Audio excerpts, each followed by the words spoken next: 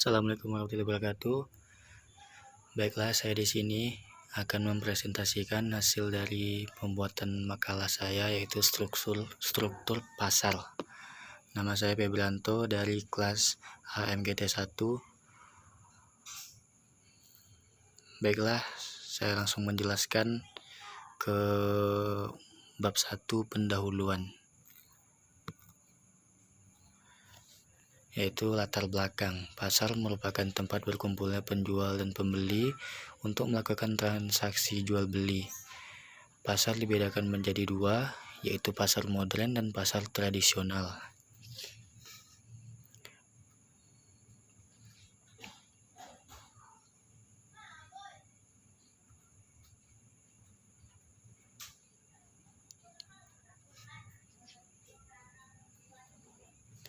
Pasar tradisional merupakan pasar yang dianggap tempat yang tidak nyaman, kumuh, tidak higienis, berdasarkan pelayanan serta perdagangan yang curang, namun memiliki barang yang masih segar dan langsung dari produsen atau untuk sayuran dari petani.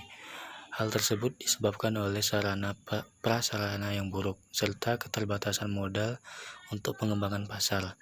Sementara pasar modern adalah tempat belanja dengan desain bangunan yang mengedepankan kenyamanan pelanggan serta penyediaan sarana prasarana yang lengkap.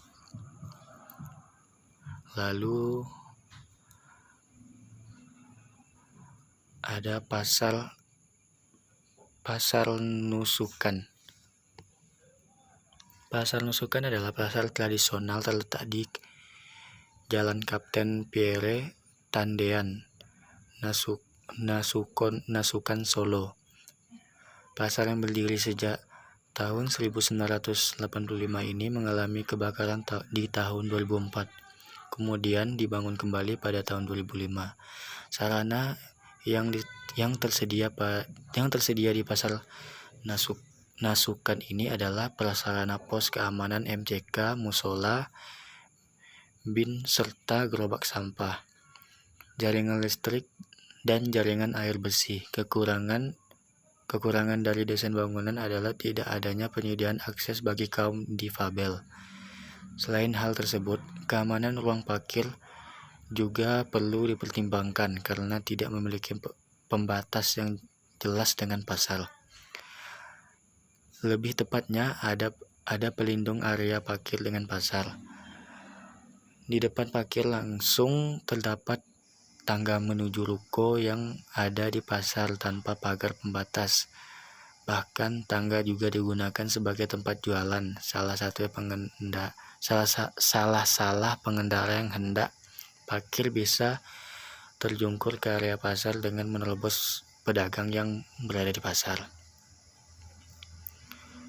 Selanjutnya saya langsung bacakan ke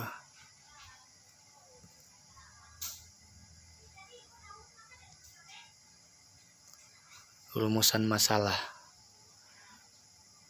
Rumusan masalah bagaimana mendesain kawasan pasar tradisional dengan sirkulasi nyaman yang bisa bersaing dengan pasar modern yang aksesibel.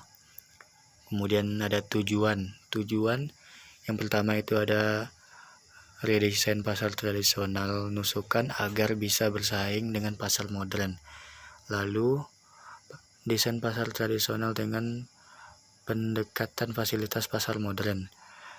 Setelah itu ada penataan pedestrian sehingga pejalan kaki memiliki ruang gerak bagi aktivitasnya serta sebagai petunjuk aktivitas ekonomi pasar Nasukan.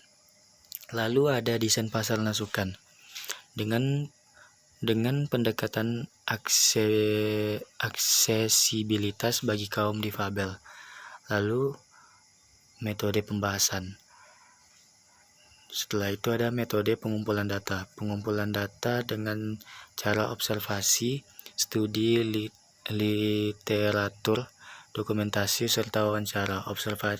Observasi adalah pengumpulan data dengan mengamati pasar Nasukan dan Jalan Kapten Pierre Tandean serta aktivitas yang terjadi di sana secara langsung.